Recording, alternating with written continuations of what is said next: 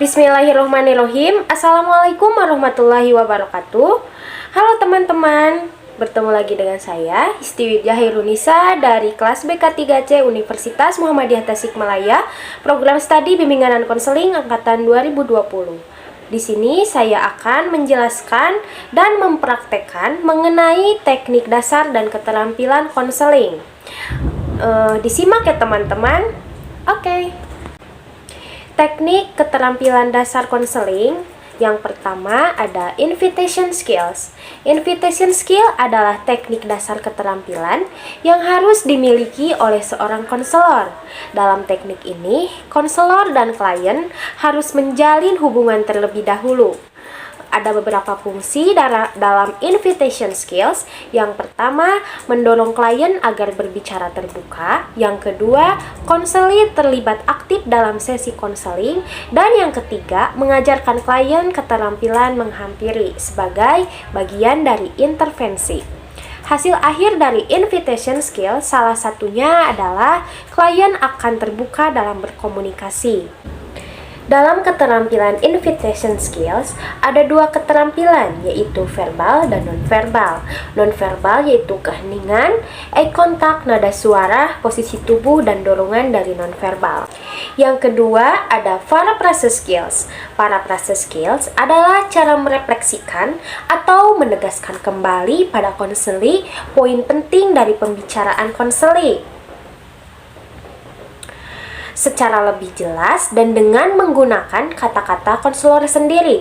Hal yang penting dalam bagian ini yaitu konselor bisa menjalin hubungan yang nyata berlandaskan kepercayaan, kepedulian, empati kepada konseling. Dan yang ketiga ada reflection to feeling.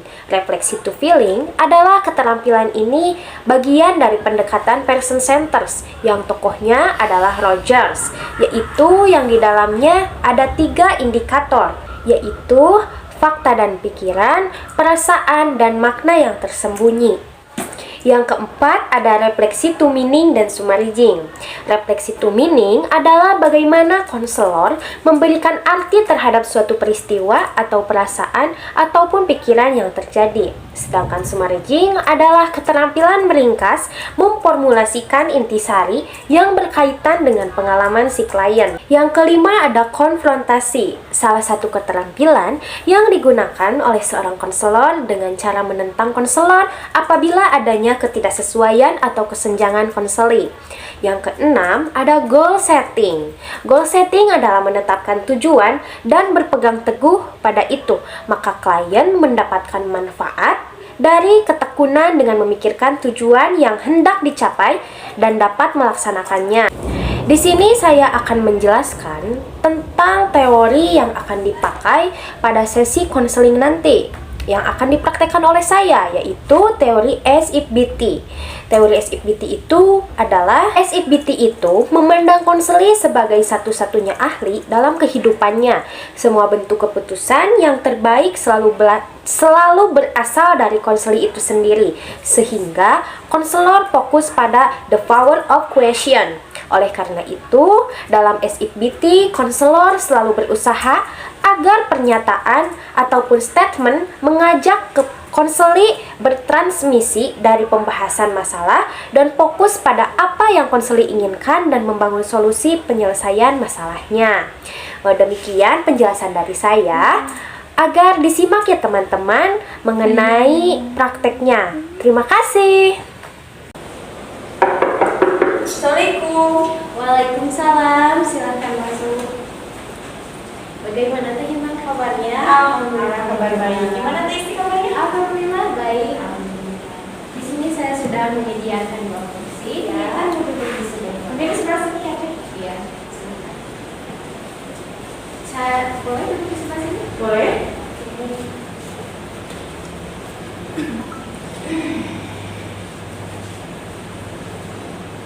Apakah sudah nyaman duduknya? Sudah. Kelihatannya Teh Intan cukup fresh ya hari ini. Alhamdulillah. Alhamdulillah. Dan juga Teh Intan sudah memakai kemeja hitam, celana krem. Kelihatan sangat rapi. Ya.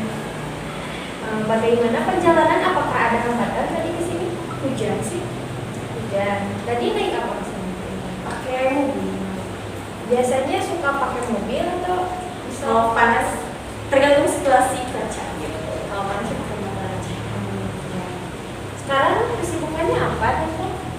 Kesibukannya mengajar sambil kuliah. Cukup fun dengan kegiatan tersebut Alhamdulillah. Alhamdulillah. jika dijalani ya. Iya, jika dijalani ya Alhamdulillah. aja. Apakah ada kesulitan menjalani kegiatan tersebut? Mungkin iya, kurang bersemangat sih.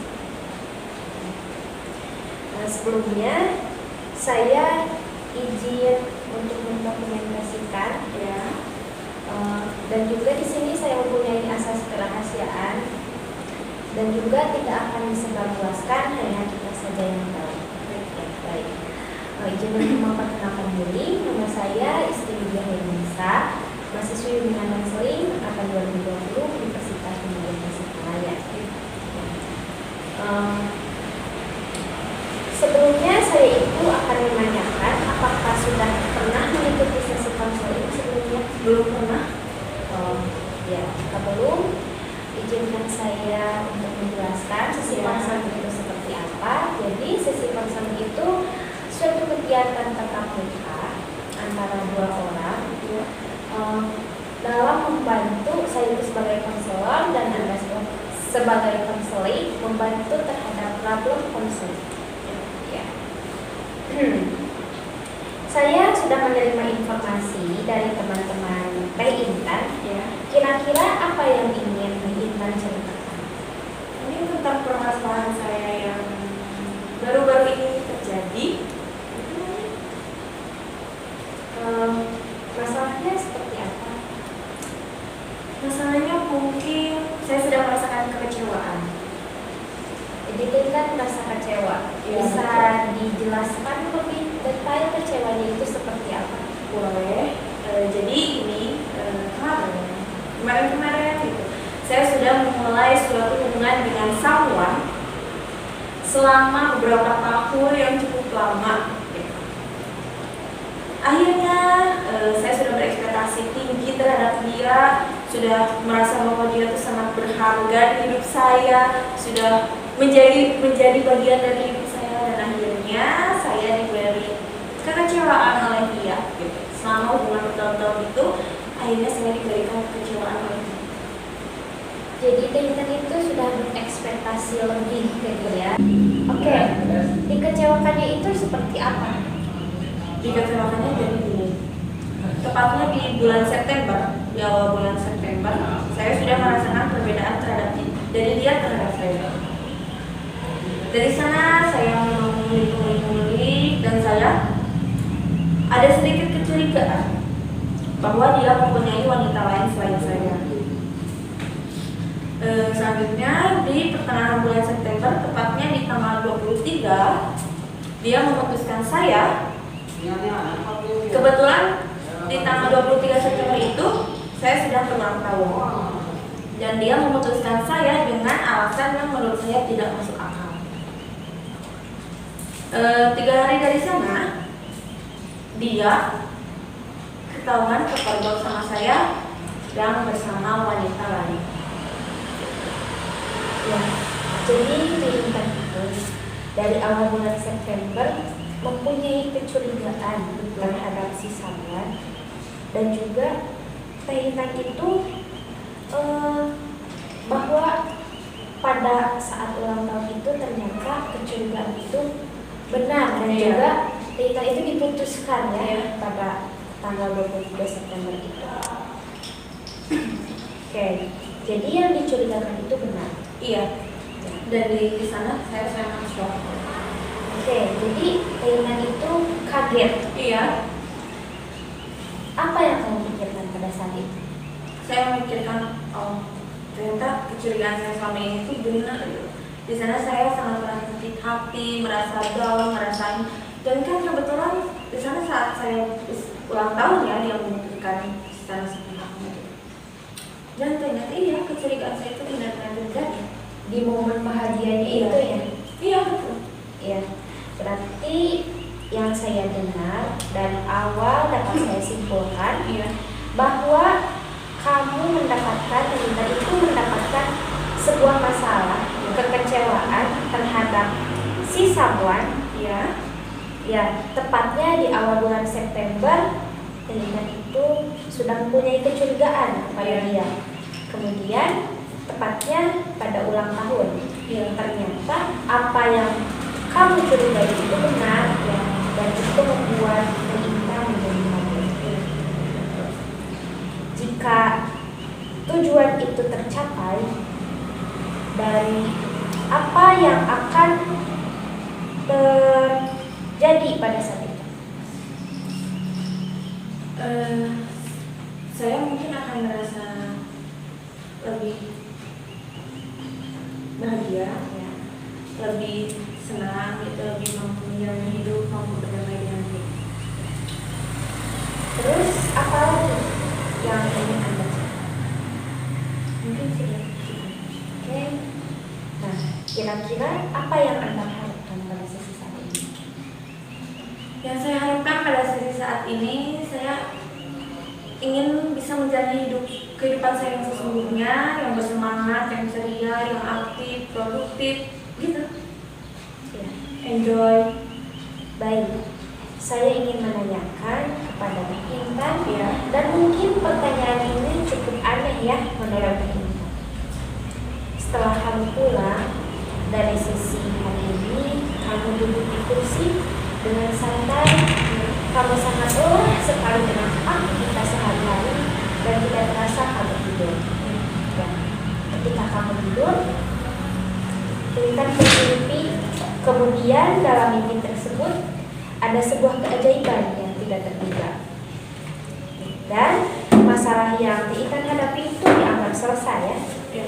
Kemudian Intan mendengar suara burung yang sangat indah, dan suara itu membangunkan Intan dari tidur. Kemudian Intan bangun, dan pada saat itu Intan bangun, kira-kira ada siapa saja di situ? Ada bunda. Apa yang dilihat Bunda? Apakah ada yang berbeda dari itu?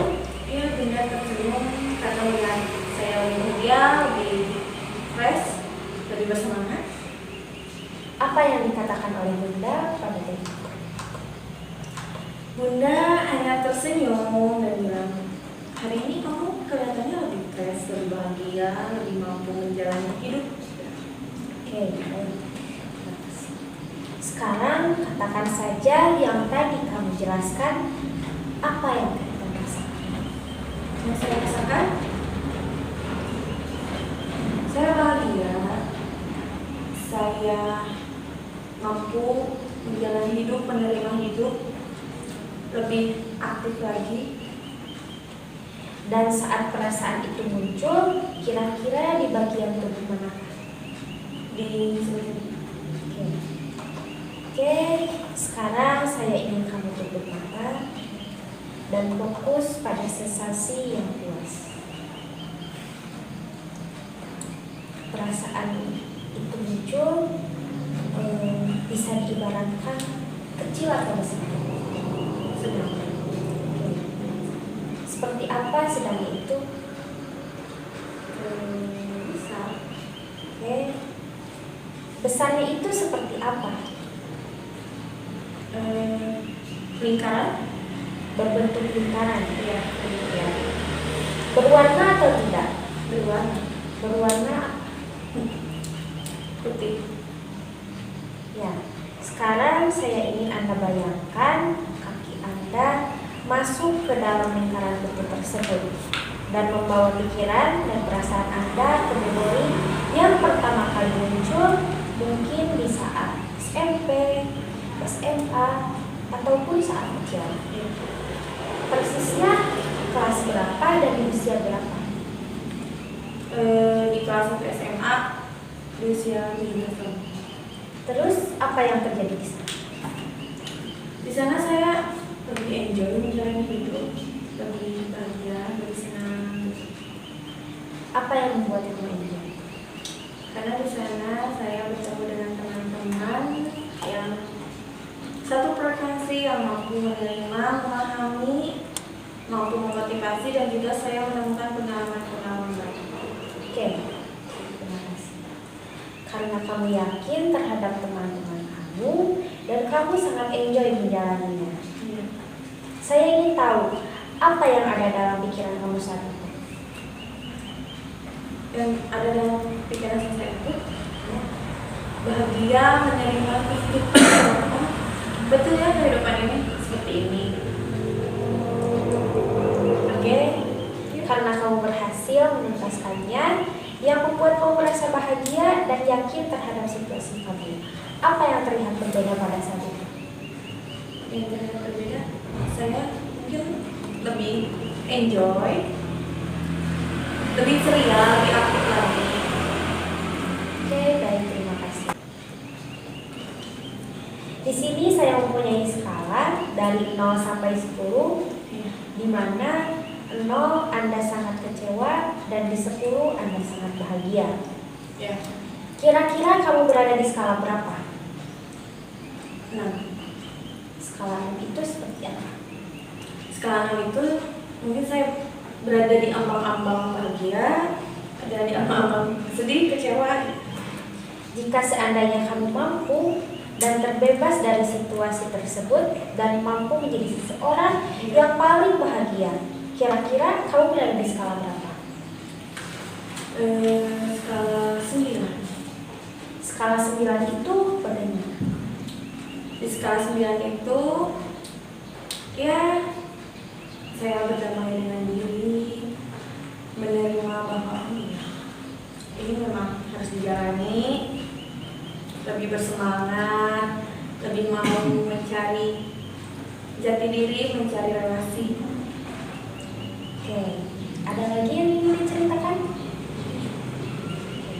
Baik, terima kasih. Sebelum saya mengakhiri, saya ingin kamu menuliskan kesan yang telah didapat dari sesi konseling. Oke,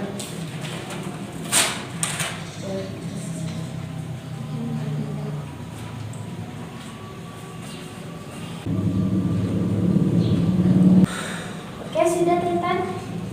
Sudah sih. Tintan saya juga menuliskan kesannya.